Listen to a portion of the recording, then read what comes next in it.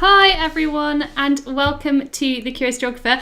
We are super excited. This is our last live interview for the summer term and it's going to be fantastic. If you haven't already, then check out the other live interviews that occurred this term because lots of them link to kind of fieldwork and NEA and particularly this one. So today we're going to be looking and talking to Caitlin Colquhoun about gentrification in South East London, but it links to gentrification in loads of different places. So we're going to talk a little bit about the theory and what are the impacts on people and places. So fantastic links to fieldwork and your NEA. So Caitlin is an urban studies graduate from the Bartlett School of Planning and she's just finished her GDL at City University of London, but she's also an active housing and planning activist in Southwark, and we're going to be talking about the 35% campaign which she's involved with. So if I pass over to Caitlin, if you wouldn't mind just saying hi and just telling us a little bit about you've just finished your GDL, but a little bit about what you do, that'd be fantastic. Great. Hi. So it's really lovely to be here, and I hope this session's useful for everyone.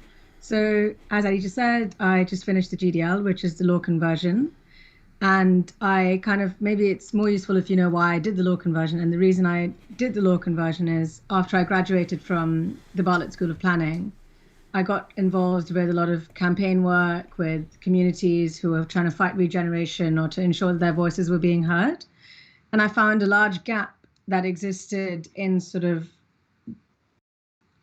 I could help with was and I thought it would be really helpful to be able to do a law degree and to be able to actually train in the field that I'm really interested in.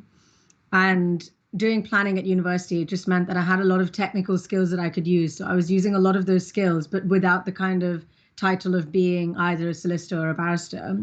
And it just meant that there's only so much work that I could do. So that's why I did the GDL, and I continue to do a lot of campaign work and activist work. Like I said, it's what drove me to do what I'm doing at the moment, and I still continue to do it. It's obviously difficult to try and balance unpaid work with studying and paid work, and that's something I'm still trying to figure out. But yeah, so I work with the 35% campaign, and I'll tell you more about it in a bit, but it's basically a campaign group in Southwark, and I joined just after I finished at UCL. So I've been working with them for about 2 years now. And I also do other work with other groups such as Southwark Defend Council Housing, who work really closely with the 35% campaign. So yeah, that's a bit about me. Brilliant. And so we're going to hear a little bit about what you do with the 35% campaign. But kind of to start us off, I know that you've done lots of kind of essays on this at university, and hopefully you're going to tell us a little bit of kind of theory linked to it as well. But the big question, and I know it's hard to define, but what is gentrification? Okay, yeah. So gentrification, it's interesting because when I first started to do it at university, I thought, okay, this is, easy. It's going to be like a one-line definition and I can just go from there.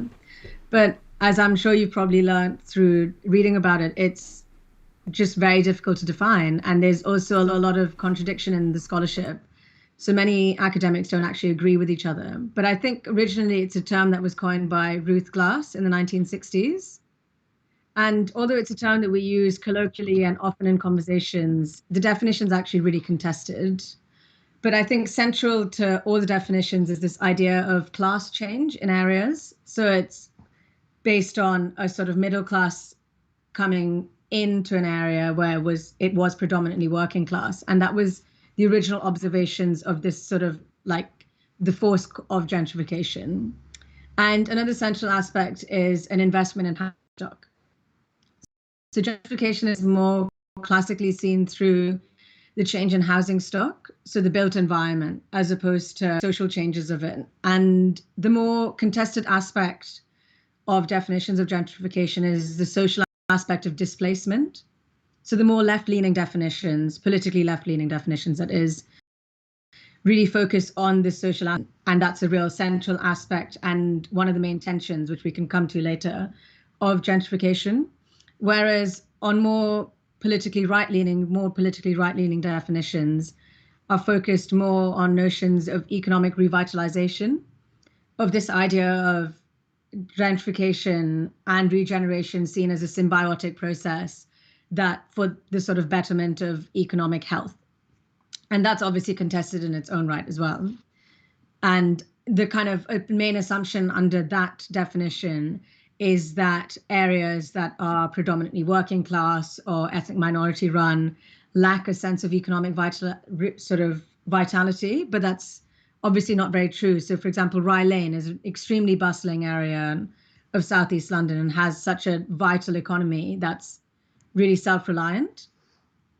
And so that's a sort of broad overview of what the definition of gentrification is. And I think it's useful to look at gentrification in cycles or in stages. So Loretta Lees, who's a really big academic in the area, she did work with the Aylesbury estate in Elephant and Castle, and she's done a lot of other work in Southwark and in London more broadly.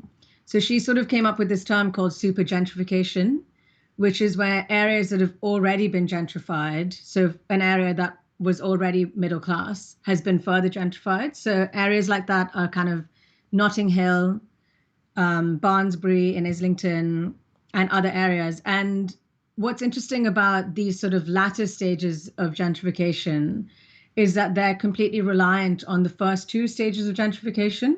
So the first stage is sort of where there's sort of a lot of abandoned property or extremely rundown property that's then taken, that middle class people come in and buy at a really low price and sort of improve with their own, what's called sweat equity. So they improve with their own sort of materials. So they don't really hire contractors, but they kind of paint the house themselves, or they redo the kitchen themselves, sort of on a low budget kind of scale.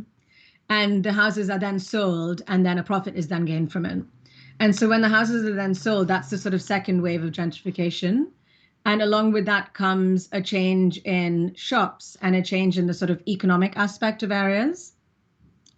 And what's interesting about this third stage of gentrification is the first and second stage are kind of local. They're a very sort of localized phenomenon.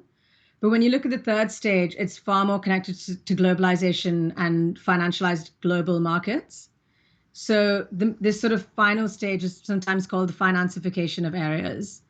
And what kind of spurred that was the deregulation of the stock market in the 1980s, which meant that you had this sort of higher earning class in England, which only comprised of, I think it's something like 5%, but I'll write the statistics down in the comments later.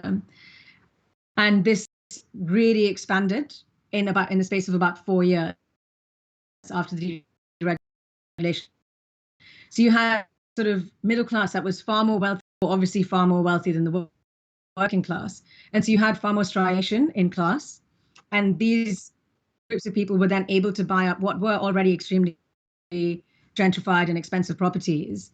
And they started to act as sort of second homes. So there are other areas in like Brooklyn Heights, for example, in New York, and they're kind of studied normally in tandem with areas in London, like Barnsbury or Notting Hill, because a lot of these families can live within these global cities. And so they would own properties in similar areas and sort of move between them.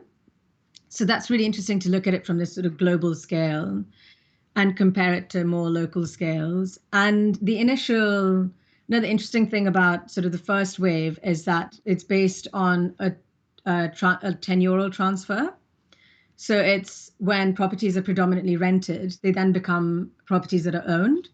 So it's a change in the way that property is used and in the way that people are housed, essentially.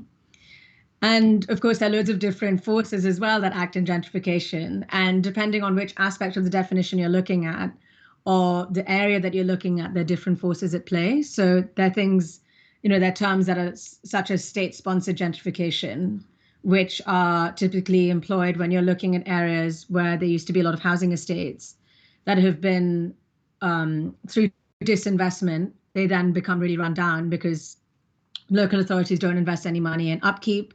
And upkeep could be either this physical upkeep of buildings, so to allow sort of mold and, any kind of like physical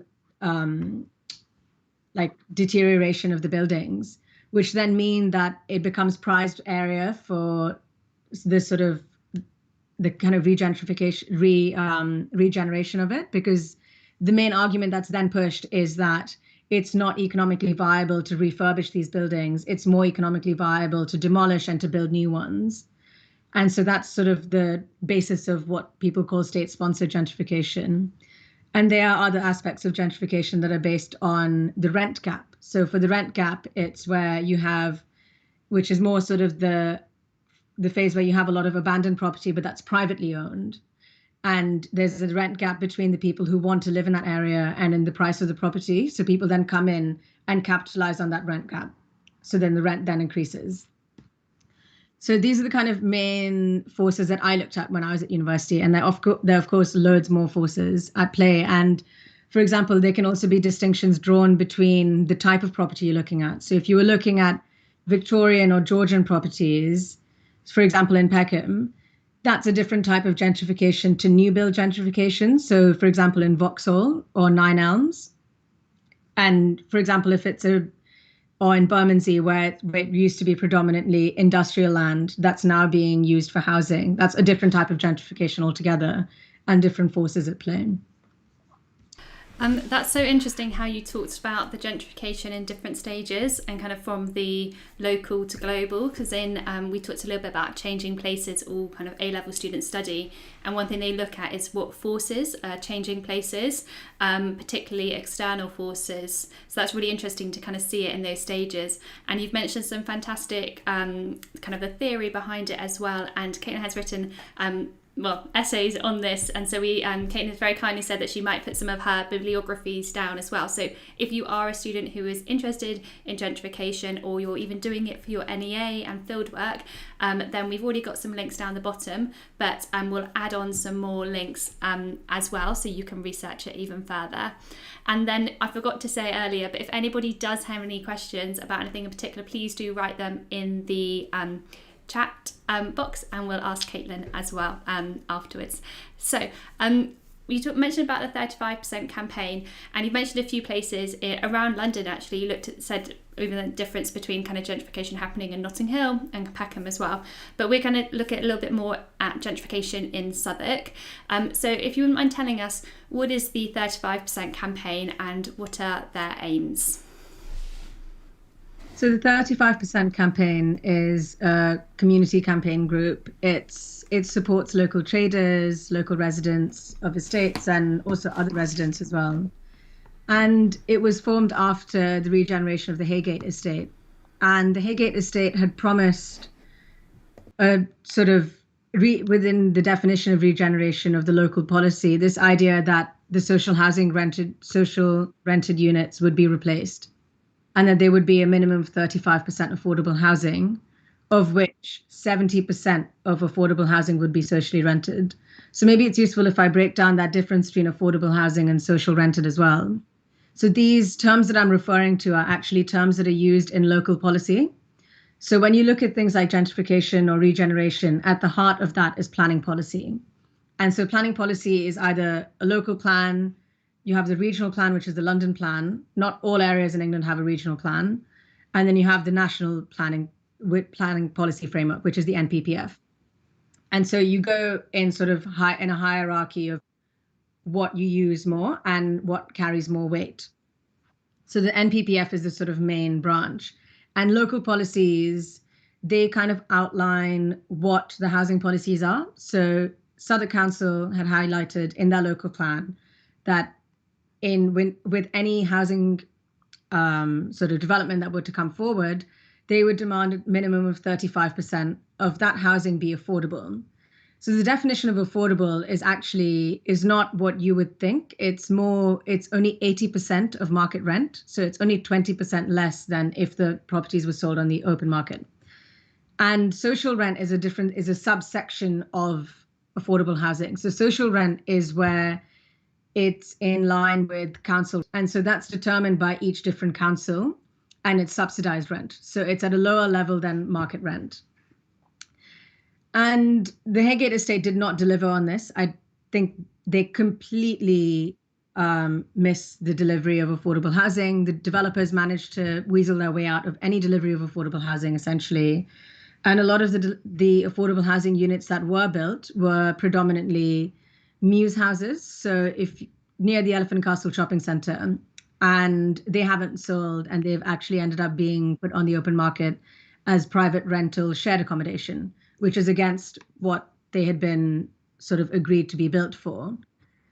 And those houses are sort of beyond £1 million. So they're not affordable at all.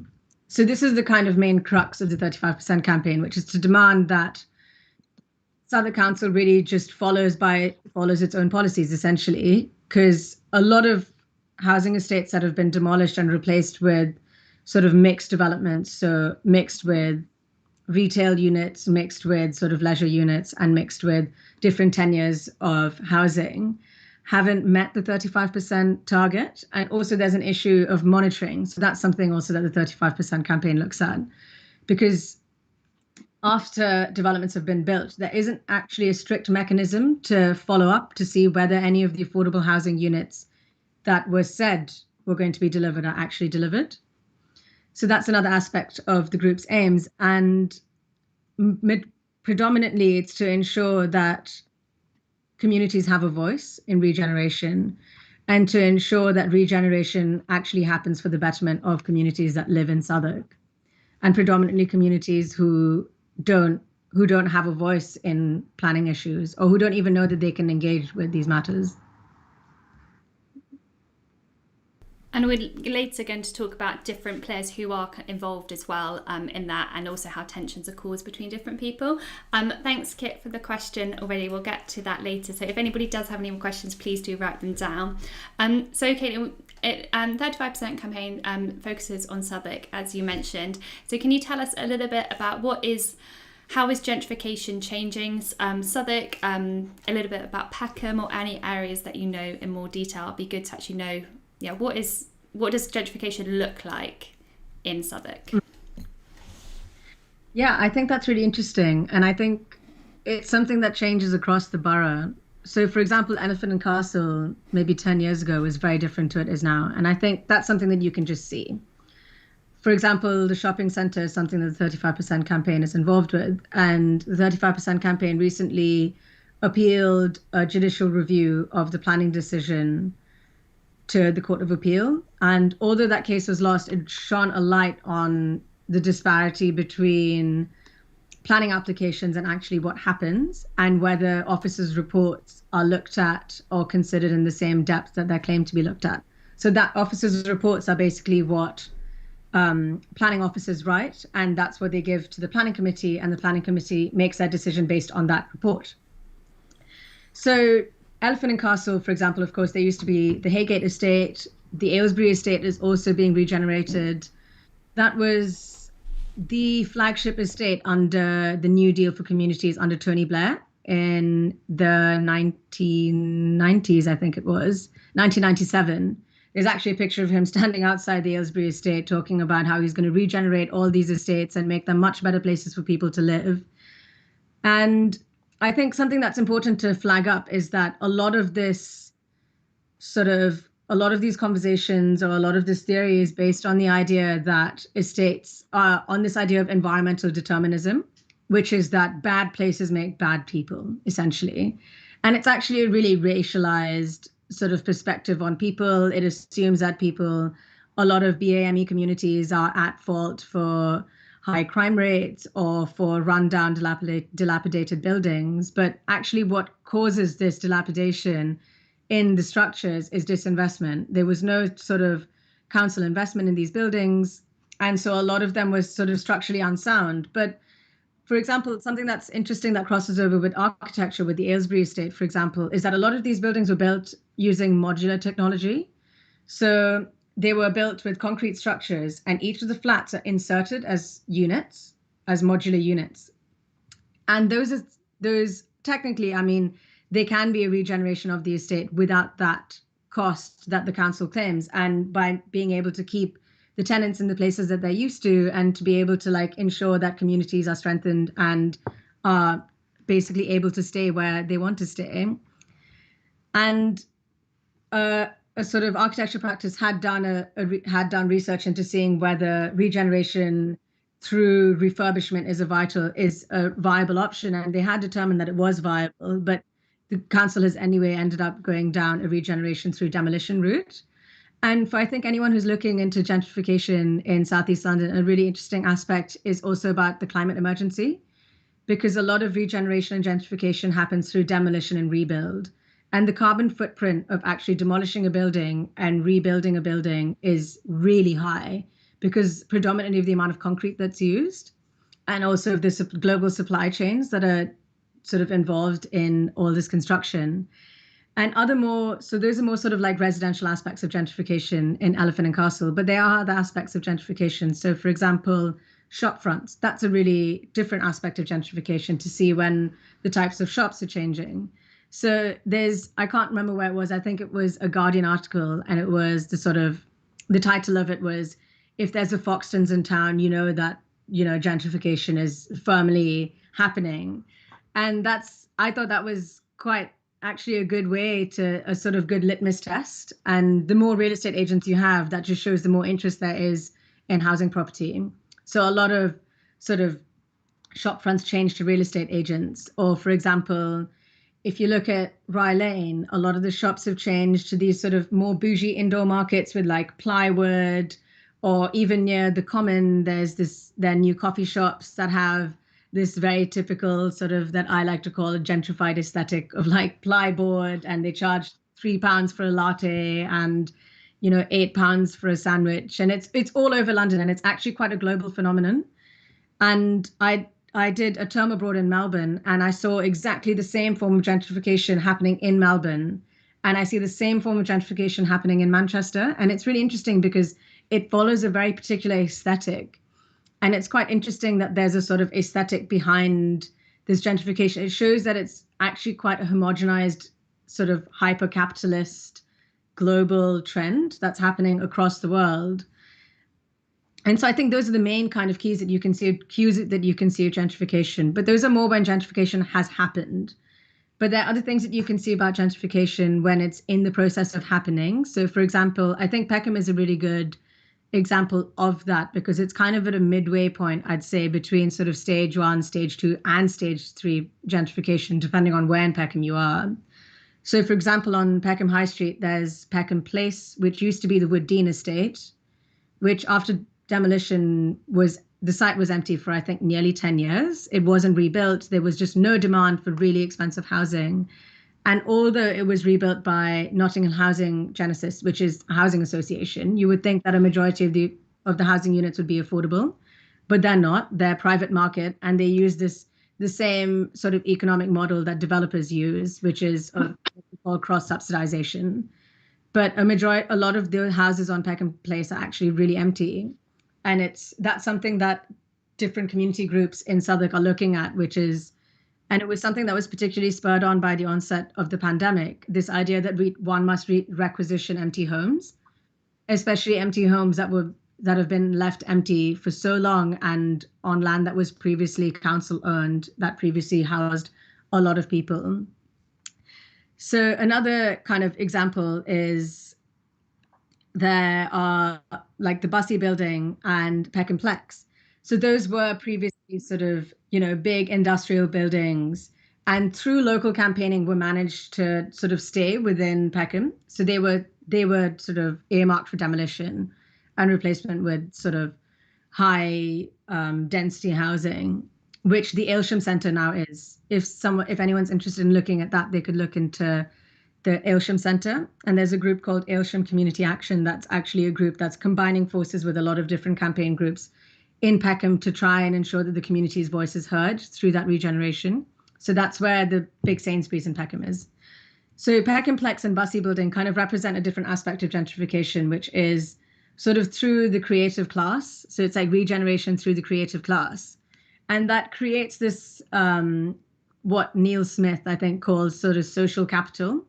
That then becomes really attractive for people who are in my demographic, I suppose, who come in because there's a good music scene, for example, or there are clubs, or there are really good restaurants to go to, and it's sort of, a happening area. Other areas like this are sort of like Hackney, Dalston, have gone through very similar processes, whereas I don't think Peckham has quite reached that stage yet. It's still sort of slightly behind areas like Hackney and Dalston. And that's kind of one of the tensions, I think, I suppose we're going to come on to that later, but those are the kind of main things that you can see that are happening in different areas in London. Yeah, that's fantastic. And I'm massively nodding along because I live in Peckham as well. So that all those things that you're saying about the storefronts and like the coffee shops, like from my house to the train station, I think there's like 4 different places you can get like a hipster coffee from, as I would say, and they're all overpriced. So you can see it changing. And like another one pops up, and in Peckham there's just like loads of yoga studios as well, which I just don't know where they've all come from. So it's massively changing. We're going to talk a little bit about how students can investigate places, but as you said, maybe looking at the storefronts or land use and if they can compare that over time, and we're going to talk about house prices a bit as well. We're going to talk about the tension in a second, but just going back to the 35% campaign, you've kind of talked about different groups who are involved. So which kind of groups are involved in 35% campaign, or who's important when we're talking about gentrification? So I think it depends on the area that you're talking about. So for example, actually somewhere that I didn't mention that I should is the Old Kent Road. If anyone wants to look at gentrification, they should look at the Old Kent Road, because the Old Kent Road, and that is actually a very interesting combination of different actors.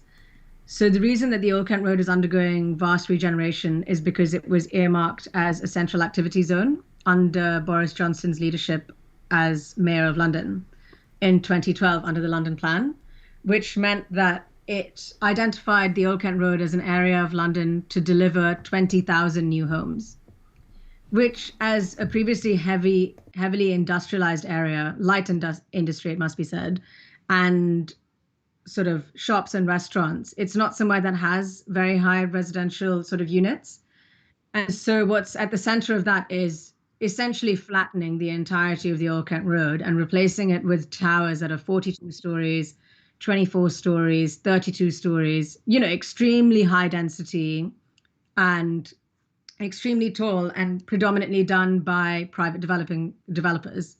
I mean, majoritively done by private developers. So there are a lot of groups that have sort of sprung up on the Old Kent Road. So there's Vital Old Kent Road, which is a group that's trying to represent light industry business owners and people who use these kind of units there as well. There's also Peckham Vision, who I've mentioned before. They have a shop front in Holdren's Arcade. I think they might still be there. There's the Southwark Planning Network, which is, you could join their mailing list. They're basically a group that try to link together all the different community groups, actually, that are active in Southwark, and to present a sort of united front. So if you're interested in how all these different groups link together, definitely look at the Southwark Planning Network.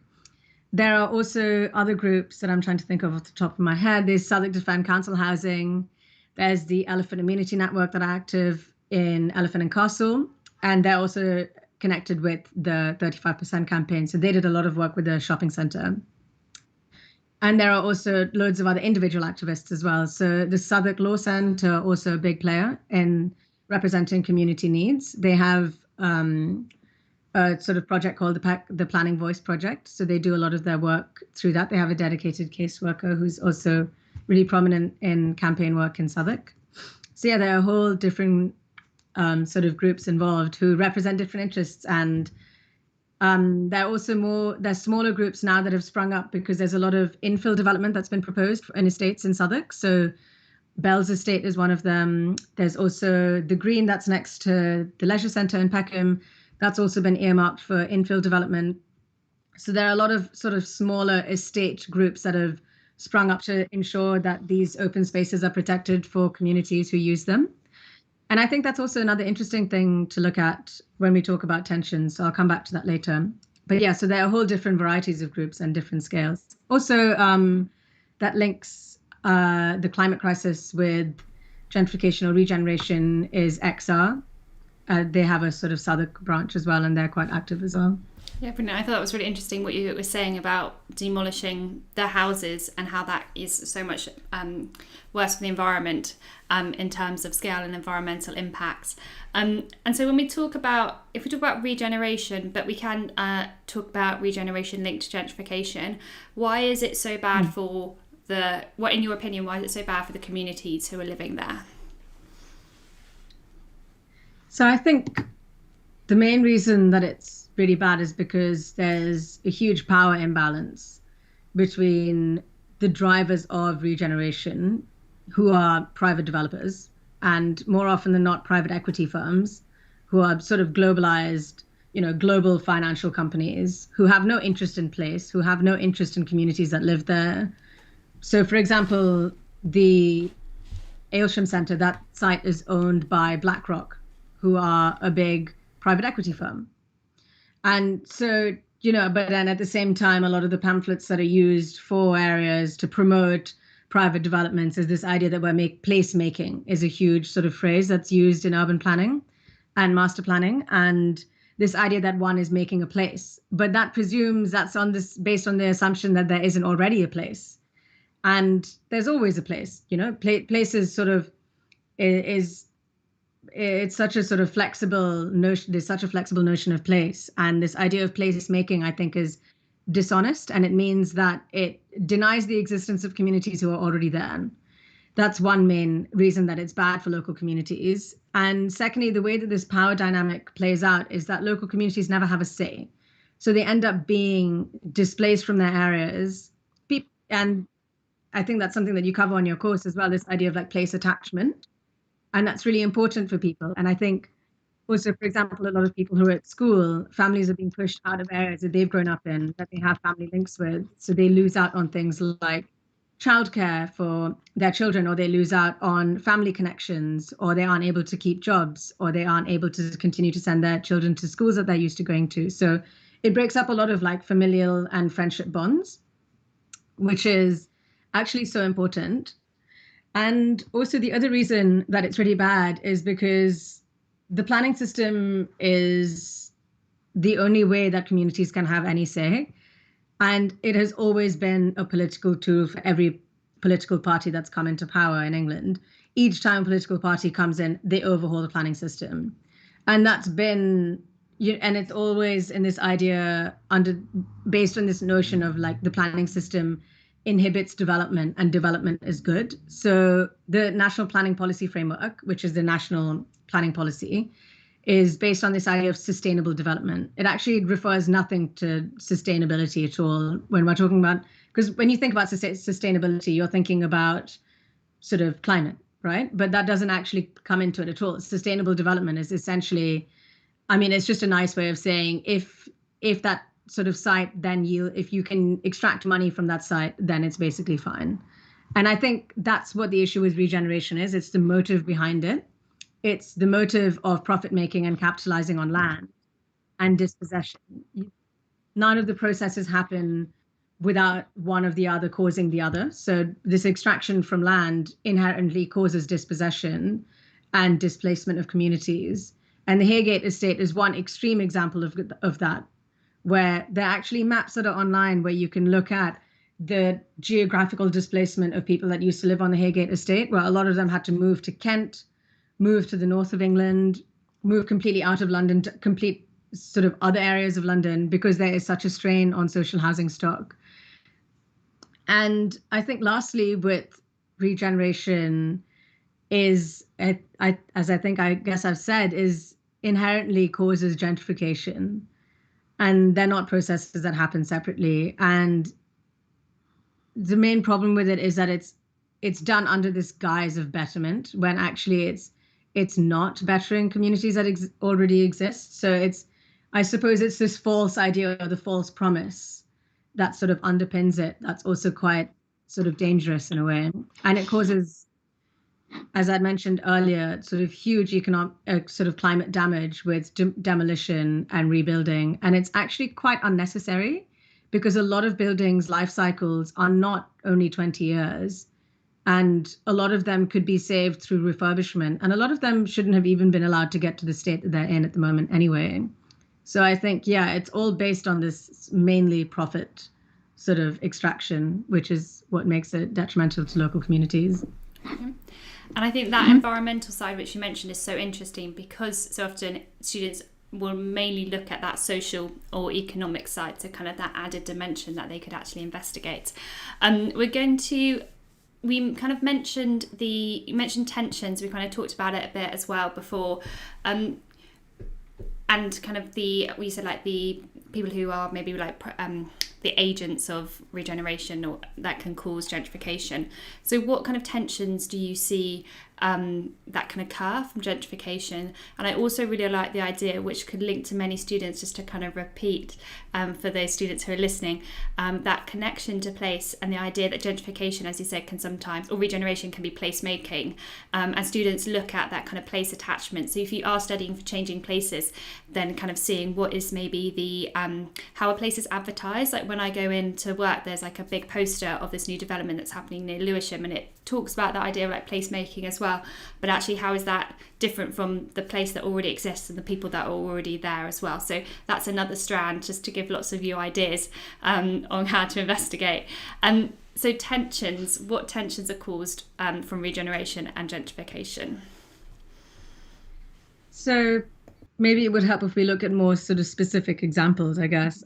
So for example, the Bells Estate, that's one tension that's between the needs of the younger population, so sort of the youth who use basketball courts, football courts, open spaces to hang out. And I think that was particularly sort of amplified through the pandemic, where you could only go, so close, or people who had access to open spaces were doing much better than people who were stuck indoors in cramped accommodation. So I think one of the main tensions is this idea that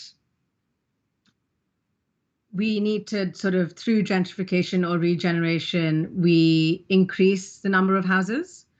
And so it's this main tension between like access to housing and delivery of housing, and access to open space and sort of capitalizing on open space for housing delivery.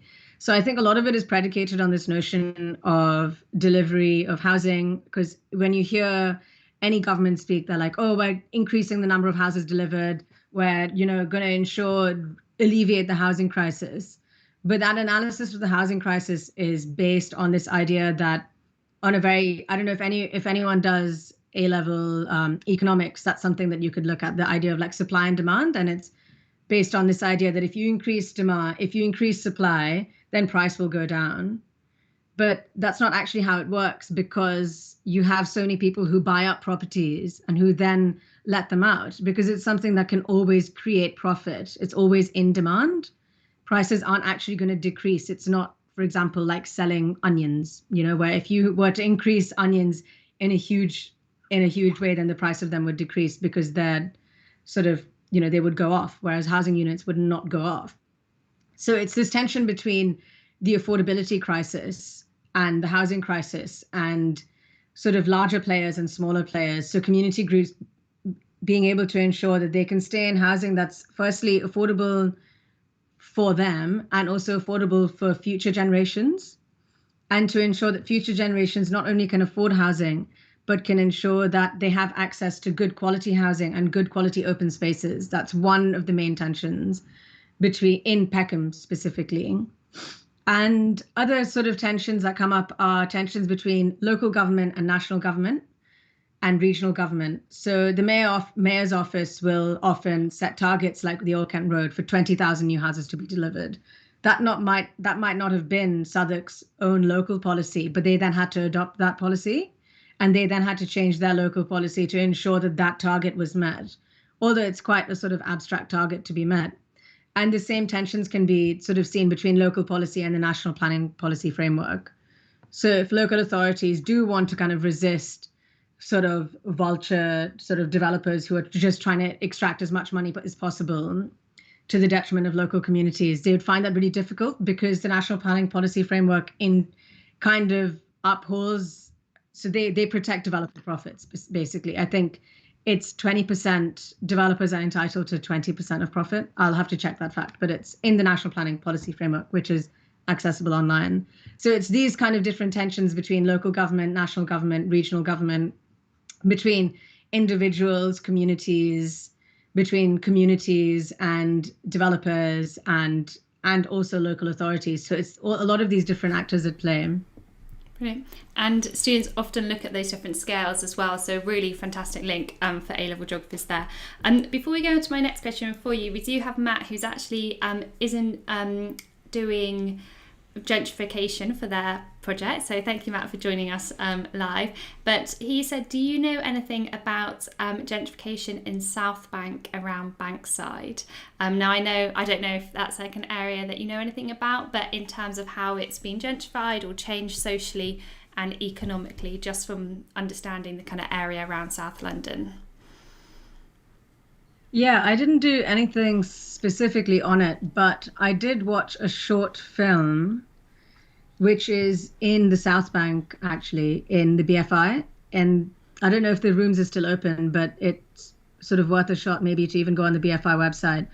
And I think it was called the Festival of Something that was in, I think it was the 1970s. I could be wrong, but it was essentially this one festival that then became a fixed site. South Bank then became a fixed site after that. It was a sort of cultural event that then became fixed. So that's actually, I'm trying to remember the name of the author, which relates to this idea of the creative class. So something you could link to is this idea of regeneration or gentrification through the creative class. And also may possibly, it's comparable to other areas because it was previously very industrial. So the Docklands, for example, or Canary Wharf could be something that you could compare as an opposite kind of thing, because that was sort of for offices as opposed to cultural spaces. So these kind of how it comes from the same basis of industrialization to then different forms of gentrification. But this is, I think, specifically it would be useful to look at the creative class. I think it's actually a book. I think the name of the book is called The Creative Class. Brilliant. So go on the BFI, and then we've also got a comment below as well, which might be useful. I think that links to it, Kit, saying the Coin Street Community Builders. I'm not sure. But I think also if you search onto Google, just even things like community groups or blogs, someone has written Festival of Britain 1951. Yeah. Is that it? We got everybody supporting, trying to get this all in. So I think that sounds like a really good project. So there'll be lots to look at, and you can compare. Like it will give you the reading list that Caitlin's going to share later. So those can all be used if you are doing something on gentrification as part of your literature review. So kind of getting the idea. And then we'll be going to, in not the next question, the one after, talking about how you can actually research it. So hopefully there'll be lots of things that can be useful for you there as well. So before we kind of go on to research, and I know that you've done some research on gentrification, really quickly, and I know this is very hard, but what solutions do you maybe see? One thing you have already mentioned is about how we can maybe not demolish and how we could actually refurbish or even like just maintain buildings better as well, so they don't get to a rundown state. Any other solutions? Yeah, I think one solution would be to abolish the Rent Act, which is right to buy, because that's seen a huge sort of decrease in housing stock. And if you can protect public housing, sort of housing estates and those tenures, then you can kind of prevent gentrification from happening because you're protecting the people who live in that area. So abolishing right to buy would be my number one priority. And also kind of fighting the planning white paper, which is the new planning policy that the government is trying to push through at the moment, which would take away any whatever voice there is left of communities. And something that you could do further is to actually bolster community engagement from before developments come forward. Because at the moment, community developers only have to do community engagement after they've submitted a planning application. The sort of pre-application consultation is not a statutory requirement. So to make that a statutory requirement. And also, I think to introduce rent controls, which they just did in Berlin, which I know has seen a big fight back at the moment, but that's something that really helps sort of stave off, because that takes away the incentive of financializing housing, and it ensures that housing stays for its purpose, which is to house people, and it ensures that house prices don't skyrocket, and that people lose that incentive to buy up housing and to sell it on as a product, and it stays as housing. Brilliant, thank you. And you've looked into gentrification in kind of around Peckham, and if students actually want to research it, what kind of things have you done, or what kind of things can we kind of inspire students to do to kind of see evidence of gentrification? So maybe if you wouldn't mind telling us a little bit about what you have done to research gentrification. Okay, so I did a few projects. So I'll just tell you them really briefly. The first one that I did was a newspaper article with another peer. It was a group project, and we looked into the gentrification of club communities in London. So how clubs are increasingly being shut down and what that actually means for areas, and also what it means for communities that are most reliant on sort of club communities. So I looked at Canavans, which has now actually closed down, as a sort of starting point, just because there were a lot of clubs in Southeast London at that point that I was looking at. This is about 3 years ago now. And so the first thing that I did was I tried to speak to people who had worked at clubs to see how things had changed. I tried to speak to people who lived in Peckham. So I went around to different shops and spoke to shop owners, to shopkeepers, to ask them what they had seen that had changed. And to also just kind of look online to see what clubs had been changed, what kind of policies had been implemented to try and stem that. What was there any academic discussion about the topic? And I started off, you could start off with a Google search, really. It sounds quite like basic, I guess, but it's a good way to kind of start looking into topics and to look on community blogs, which I think Ali had already mentioned, and to look at activist blogs as well, because they already catalog all of these changes that are happening. And another research project that I did was looking into the regeneration of the Aylesbury estate. And for that project, we did a lot more I did a lot more desk research for that one. I did try to interview residents of the estate, but as I'm sure people who know, it's sort of already very much happening, and a lot of the estate has been cordoned off and is empty. So we did try to speak to residents. We tried to speak to community groups. We, again, tried to speak to shopkeepers, but we did a lot of research by looking into the actors and to see really what was, firstly, I formed a sort of research question, which was what role housing associations had in the financialization of housing in London. And I was looking specifically at Notting Hill Housing Genesis. And the reason I chose them is because they've done a lot of regeneration projects across London, and they're supposed to be a charity. They're supposed to be a sort of housing association that delivers affordable housing for communities. Their CEO is on, I think, nearly £400,000 a year. It doesn't, like, the sort of stats of it didn't match up. So that was something that we were looking into. And things that you can look into is also another really interesting thing that you could look into is planning applications, because they're all open access. You don't need to pay for any access to them. And you can just look up different areas. So, for example, if you wanted to look at Peckham Place, what you would do is you would just Google, okay, Peckham Place, when did it open? And try and find, you can put in the address in the Southwark planning sort of portal, and then you can find different planning applications, and you can look through those documents. And really interesting documents to look at are the planning statements, because that shows or the officers' reports. The officers' reports are documents that say what was there. So, they give a background of what it was, what development is trying to deliver, who are the actors involved, who owns the site, the kind of changes that have occurred. And they'll also go through in rough different things that have changed in that area as well. So that planning documents are really useful. And I can post a link to the Southwark Planning Portal as well. It's quite an easy sort of thing to use. And the main thing that I did was to tie back all of the research that I was doing to definitions of gentrification or different theories that I was looking at. And so it just gives you like a kind of anchor point. So you can like go and come back and reflect and go and come back and reflect.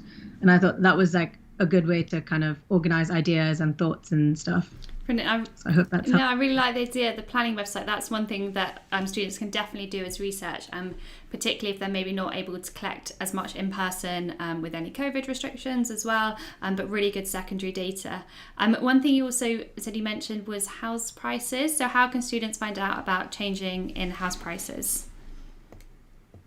So something that I did was I'd look on like Google Maps and see what the street looked like 10 years ago. You can change like date, and then I'd see what changes have happened, and then I'd look at sort of like archived rental websites to see how much that land had sold for. I'd compare it to because in the planning statements it'll say how much the land sold for, so I'd also look at those kind of documents. Then I'd also look on Zoopla to see how much, or like any of these kind of online rental agencies, to see how much flats are then selling for now. and try and do a sort of like rough estimate. And you can get a rough idea of how much, for example, if the entirety of the land was sold for, 2 million, but each individual flat is selling for 700,000, already that that's a huge profit that's being made on that land. And one thing that's really good for students on Zoopla and Rightmove is they have like the trends over time as well. So that's something that they can use even as like graphs, so you can extract it, and then looking at individual houses if they've been sold for recent times. So yeah, that's like lots of different research that you can do. And also I think the importance of actually speaking to people, as you said, like trying to interview the local people who live in that area who are affected by change. You've answered things in so much detail. It's been so interesting. We do kind of have one question which I think you kind of touched upon before when we talked about like the politics of gentrification. So this was a question from Kit saying, how much have you looked into the political side of gentrification? And this was before you mentioned about the politics. But to what extent is the process used as a political tool? I.e. in the US, there's been studies into gerrymandering and segregation. It's like changing it with the demographics of people who are in each constituency. So how much do you think it is a political tool? I think it's entirely a political tool. Gentrification is a sort of, it's a materialization of a political tool, and that political tool that's being used at the moment is neoliberalization. So it's the heart of the kind of effects of neoliberal policy. So, for example, looking at, around Newham or looking at Canary Wharf, those kind of areas, if you look at what happened, so a lot of it started with the onslaught of neoliberalism under Thatcher, and that was kind of the main process that started this financification of land, wherein, land was always a product to be sold and bought, but it really expanded in its sort of financial value, and it became a sort of investment. And that was then sort of promoted by the Tony Blair government, and has then obviously been promoted by the current government. And I think it is an inherently political tool. It's also an inherently racialized aspect. So a lot of housing estates are provide housing for a lot of BAME communities. And they're under ideological attack, this idea that you don't need to support sort of communities that aren't able to reach this sort of high financial value, or that aren't given sufficient support. It's this idea of like the shrinking social state, and it's this movement away from sort of 1970s politics, wherein, when the NHS was born and where social housing was really in boom. It's sort of based on this idea that the state should be a minimal sort of player, and that's actually what causes it, because it's also promoted on this idea of free market ideology, essentially, wherein it's hyper-capitalist. And we have seen in the last 20 years a strong political support for capitalism, and that's kind of just exacerbated the issues, and that's really at the heart of it. So I think until there is a real political shift from promoting and supporting capitalism, I don't think there'll ever be a real break in this sort of trajectory that we're on at the moment. So yeah, it's an inherently political process. Brilliant, thank you. And one thing we kind of ask all guests, and I know unfortunately you are not an A Level geographer, you said you didn't study it, but so much of what you're saying is so relatable to geography. But can you tell us, you've just finished your GDL, which is kind of the law and conversion course. How did you get to where you were today, and what advice can you give students who are at this, it's a really critical stage without their A levels and they're making their next decision, so what advice can you give students? So I had actually initially got into UCL to do economics and Eastern European studies, and then I ended up doing urban studies. And so, I changed a lot. I took a year out, so I had a year to think about what exactly it was I wanted to do and where my interests lay. I'd sort of worked for a year, so I had an opportunity. I worked in a warehouse. It wasn't, a desk job. So just those kind of experiences, I didn't even know that urban planning was a topic, that's something someone could do at university. I had a lot of friends who did architecture, and I sort of toyed with the idea of doing architecture, but I decided I didn't have the drawing skills for that, so that was not something I would do. So I then started to look at other things, and I was like, oh, I'm really interested in sort of urban change and this kind of differences that happen, and also in like communities. But because I grew up in India, I'm half Indian, so I sort of had seen a lot of change in India and seen a lot of change in England, and I was really interested in these different forces. And what I actually did was I just went on the UCL website and I went through every single degree that they offered. And I saw urban planning and I was like, wow, that looks really interesting. And I chose it and I changed degrees to do that. So that's how I ended up doing urban studies. It was the best decision because it kind of, if you're interested in topics like this, it covers topics like this. It covers topics like economics. I did economics at A level.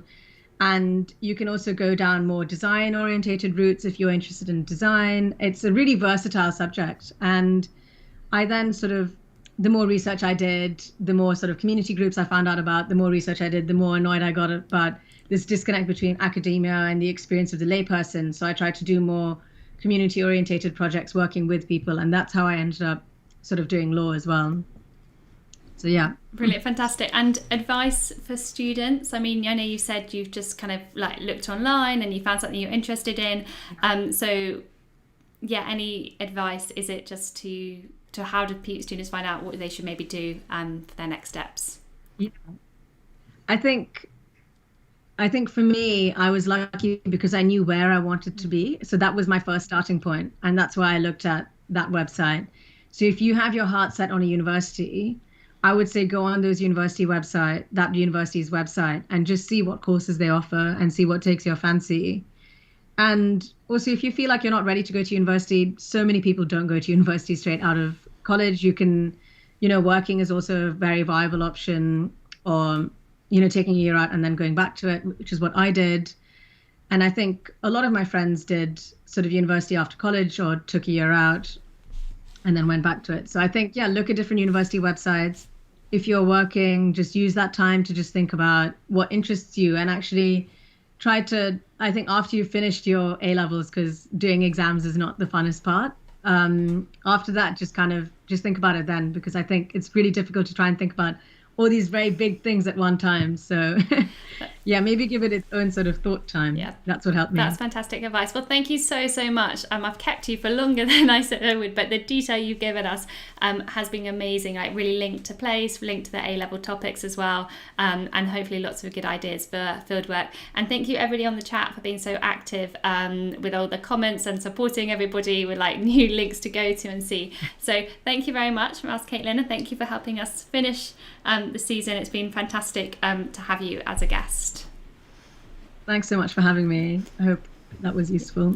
And just to let everybody else know, this is the last time, so thank you for watching. There isn't a next week or 2 weeks, but there are the live interviews that you can check out, and I hope everybody has a lovely summer and good luck with those NEAs if you are collecting fieldwork for them now. But that's it from me, and I will see you hopefully all in September.